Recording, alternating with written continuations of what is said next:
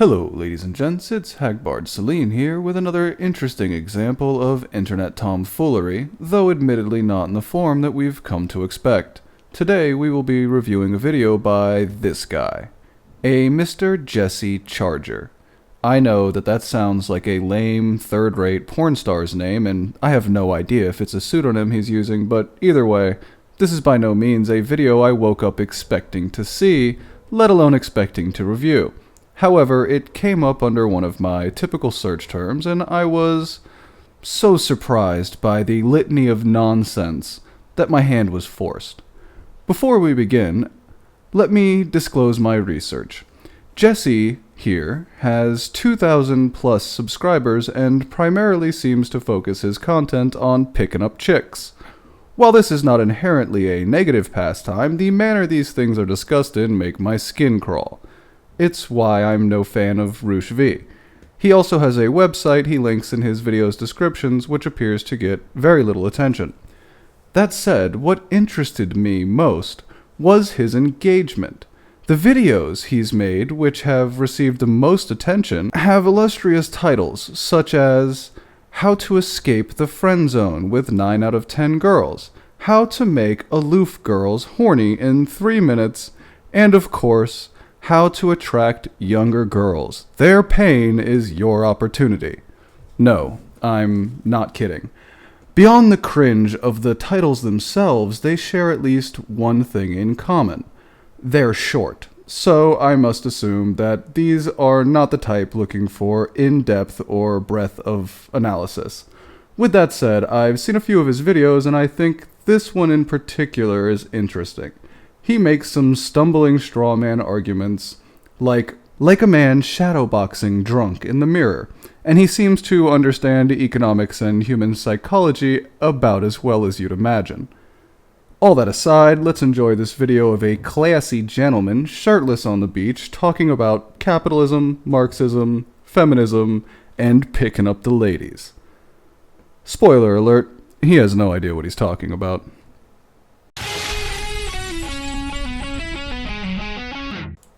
Yeah, what a kick-ass intro. Let's have it, Jesse Charger. Hey guys, it's Jesse here. Oh, well that's shockingly mild. Hi Jesse, how's the beach? In this video I want to talk about the origins of feminism, where it comes from, and what's driving it. I'm sure that this is going to be an in-depth historical and psychological analysis of the roots of the feminist movement, beginning with the suffragettes and psychoanalytic theory. You know, that women have property rights, that they can vote, that they're in the workforce more than ever, that they're putting off having children, that they might be more promiscuous when they're younger, that they have less religious values than they used to, that they're demanding more equal rights compared to men. That was the Gish Gallop of strawmen. Wow, Jesse, how did you not pull an insubstantial muscle with that?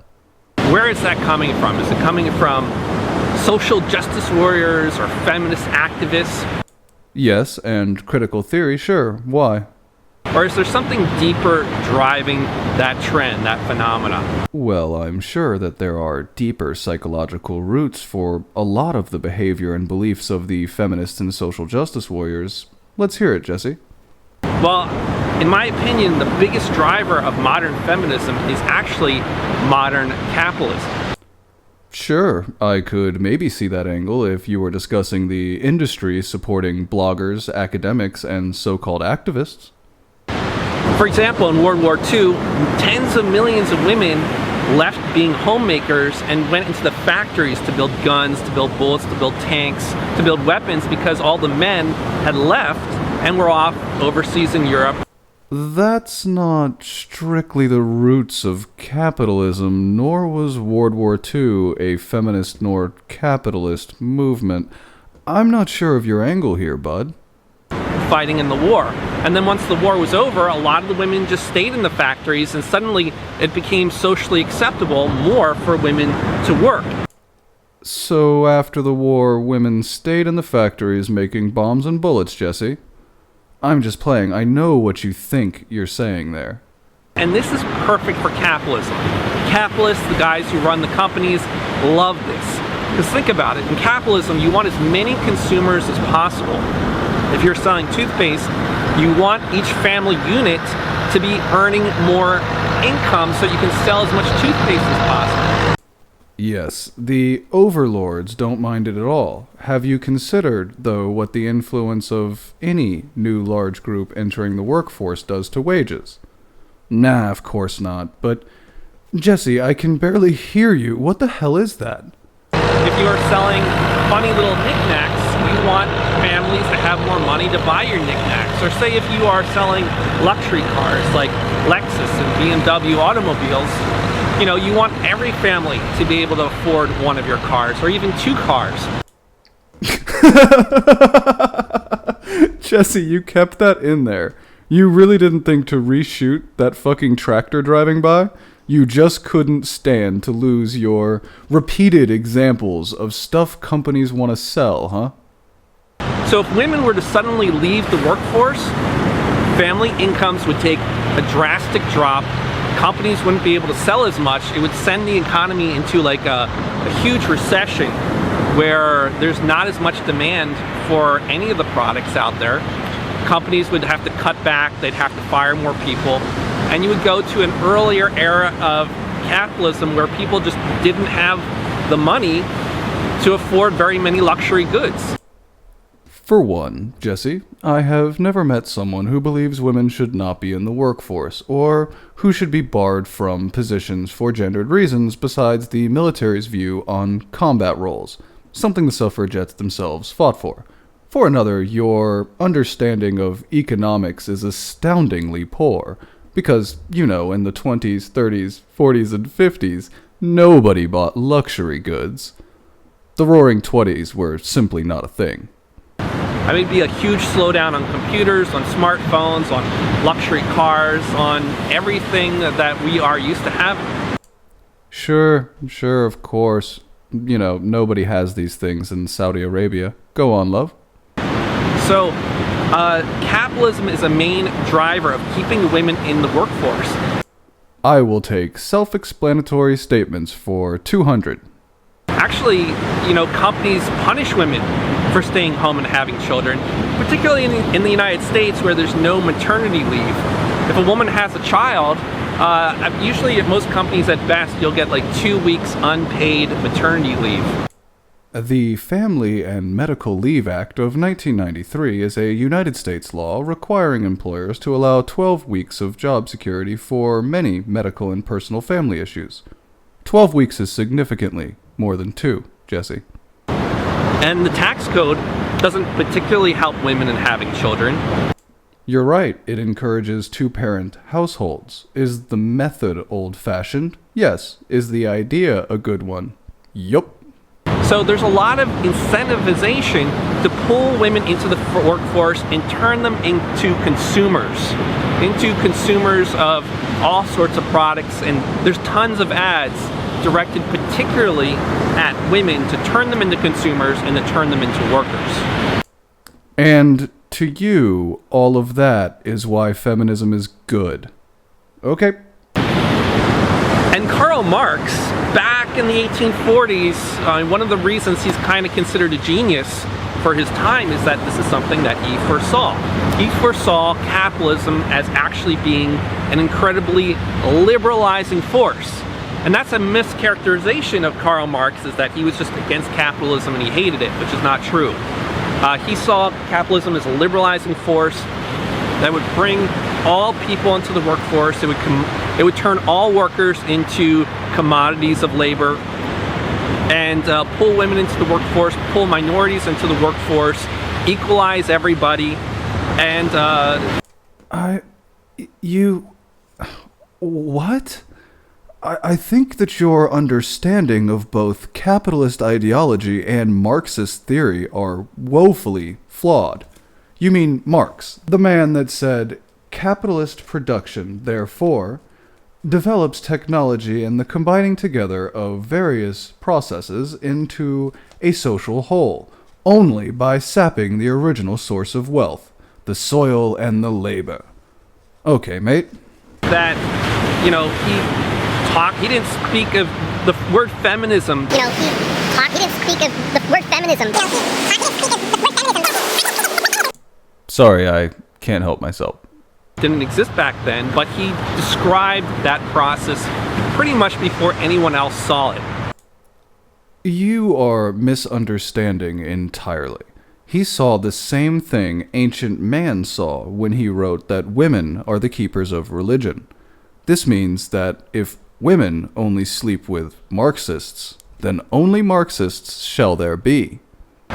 So basically, if you are not a fan of feminism, or you want to go back to an earlier time where women were more obedient to men and they were more homemakers and they didn't sleep around as much, and they don't sleep around as much when they're young, and they're more motherly, then that's not really something that's being driven by feminist activists and social justice warriors as much as it's being driven by the underlying action, the underlying forces of capitalism itself. So to roll back feminism in a big way would almost be like saying, I want to roll back capitalism. That's funny, as most of the social justice warriors and feminists actually succeeding in pushing this agenda are avid anti-capitalist Marxists.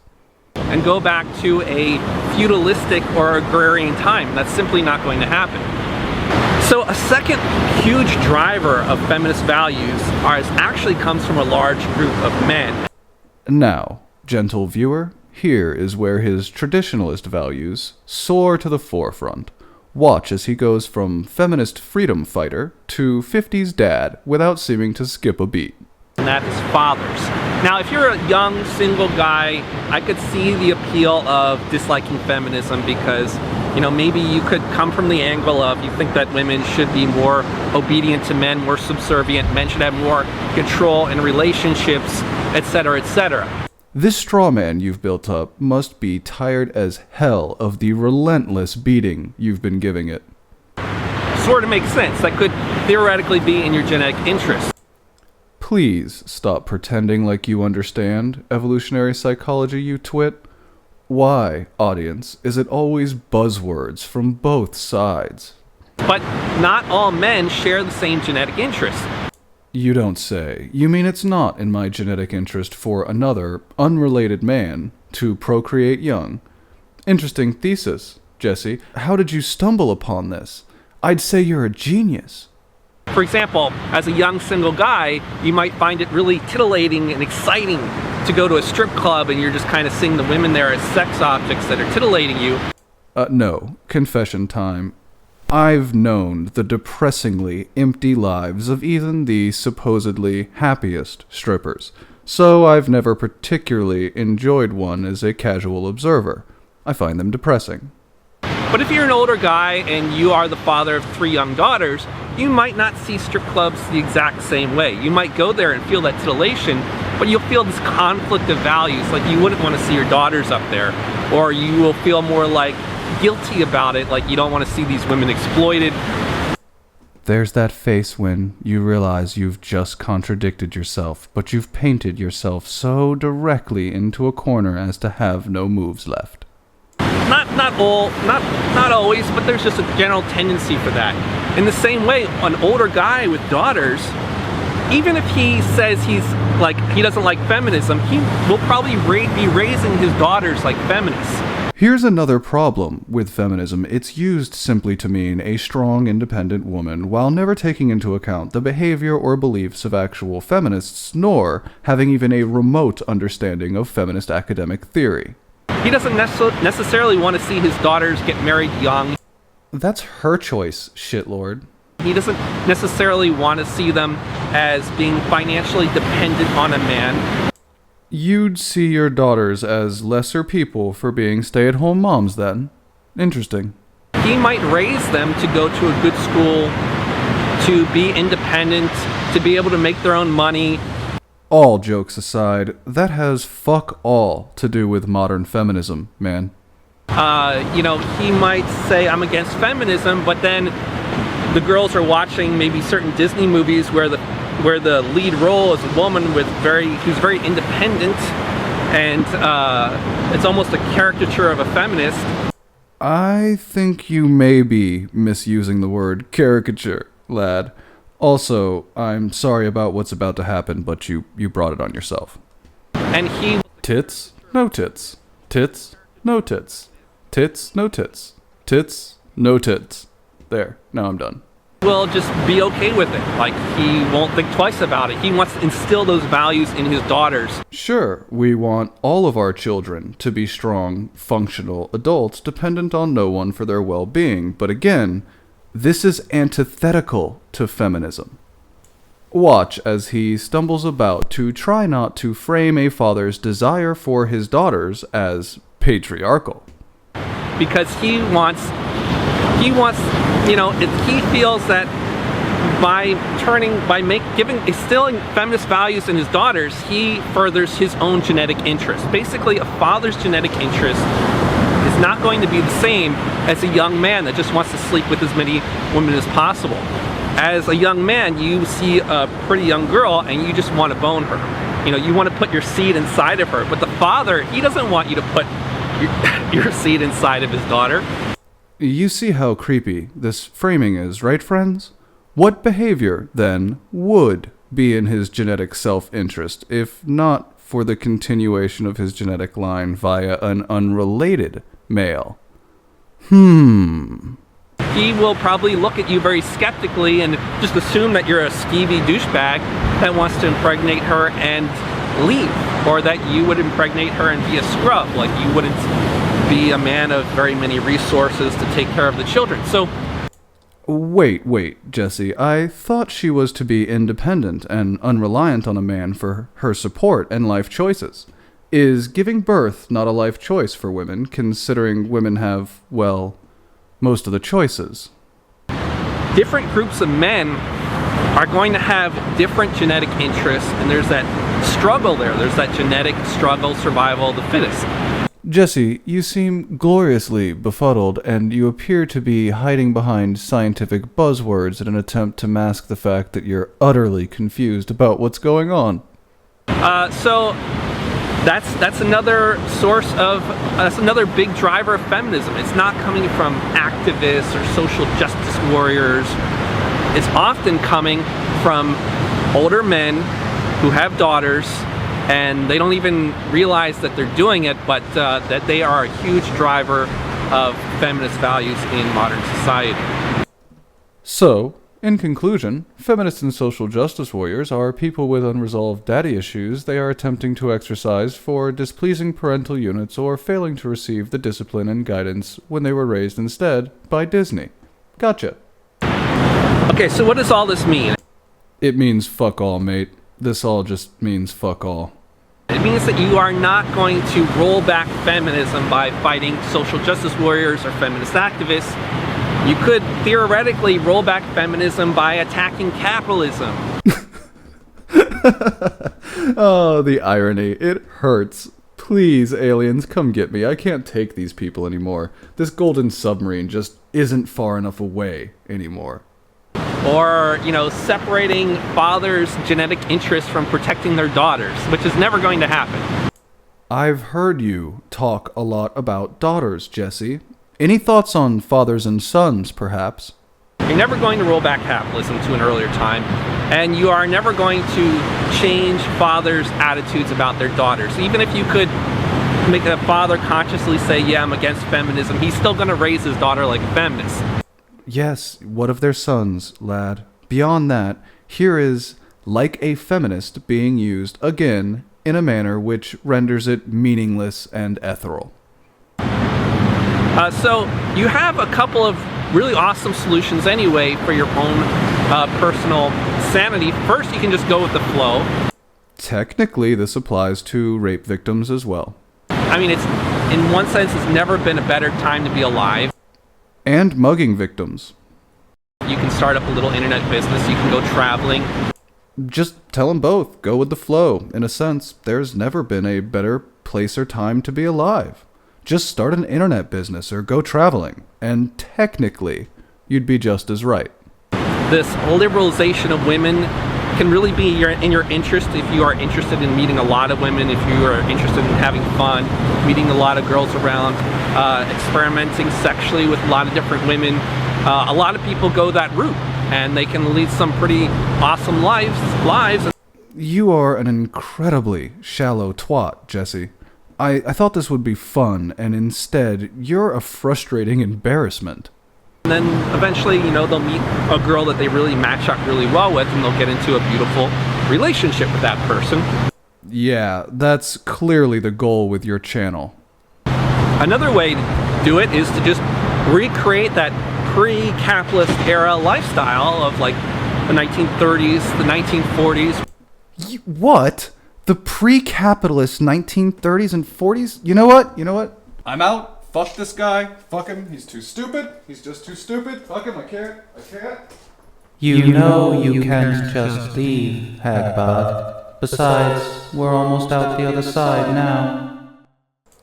Fine, but know that you are fucking with my sobriety, fuck up. Where you find a woman and you can basically shut out all modern influences. You can go to a small town or out into the countryside, and if you want to live with those pre-feminist values, those pre-modern capitalist values, you can just get rid of your television, you can get rid of your internet, you can get rid of movies, modern day movies, just as if it was back in the 1940s. Please, he thinks that Disney movies came out after the 1940s and that suffrage and the flappers didn't exist. I promise it's almost over, Hagbard. Back in the 1930s or 40s, when life was simpler and women weren't being influenced by modern capitalist values of being a consumer and being and having these feminist values, you didn't have television, you didn't have internet, you didn't have media right at your fingertips, you didn't have the, news, sensationalism, and all that stuff. He thinks that there was no TV, daily news, or journalistic sensationalism in the 1930s or 40s, friends. There may be no saving this one. So you can cut that out. You can just ban that stuff. You could have your woman stay at home, so you're going to be earning less income, just as if it was the 1920s or 30s. He just keeps hammering away at this point, beating the living hell out of a position that nobody holds. Because you're going to be in a small town or be out in the countryside, you're going to have less job opportunities for yourself, so you'll probably be taking less money. He also appears to think that rural life in modern America hasn't advanced in 100 years. Yourself. So you're not going to be able to afford a luxury car or this beautiful house or a gigantic television, so... Sure. No one in rural areas with single incomes has nice things, of course. The whole center of the country is just 100 years behind. You're a moron, man. Sorry, ladies and gents, I gotta fast forward through this. He just repeats his point again, and I cannot listen to it again and will not make you guys listen to it again. So you have a couple of options at your disposal. The big point of the video, though, is that, you don't want to get caught up in having this anger towards women, women are feminists and social activists and social justice warriors and they're ruining modern society, because that's simply not true. It's baked into capitalism itself, and there are huge groups of men like fathers that also benefit from that system. Ironically, what he's saying is that we've been saying all along. Feminism is now an inherent part of the system. And there are also young men that benefit from this system. They can travel around, they can do pickup, they can meet lots of girls, and they enjoy that system as well. They enjoy modern capitalism, all the conveniences of it, and maybe more sexually liberal women. So, if you get angry about that and frustrated about that, and you're living in that frustration, then that's going to make your life miserable and unhappy, and a lot of game is simply what you project. So if you are projecting anger at women, you're going to get bad responses from women. It's kind of like a self-fulfilling prophecy. So, only in the last 30 seconds does he actually tie this into him being a PUA. The rest was just an example of the exact social signaling that you're supposed to do as a male ally to get laid by manipulating women into thinking that you respect them. With that, we're done, because from here he just repeats his constant straw man and ends the video. I'm not sure if I've seen a person more retarded, self-assured, and shirtless simultaneously since the days of Pacific Ocean Liner. Luckily, in spite of his subscriber count, his actual engagement rates and viewership is essentially null, so perhaps we can all rest assured that he's just pissing into the wind. On that, I'll close this out. I hope you've enjoyed all this confused spectacle, and I'll see you all later. Good luck out there, everyone. Goodbye.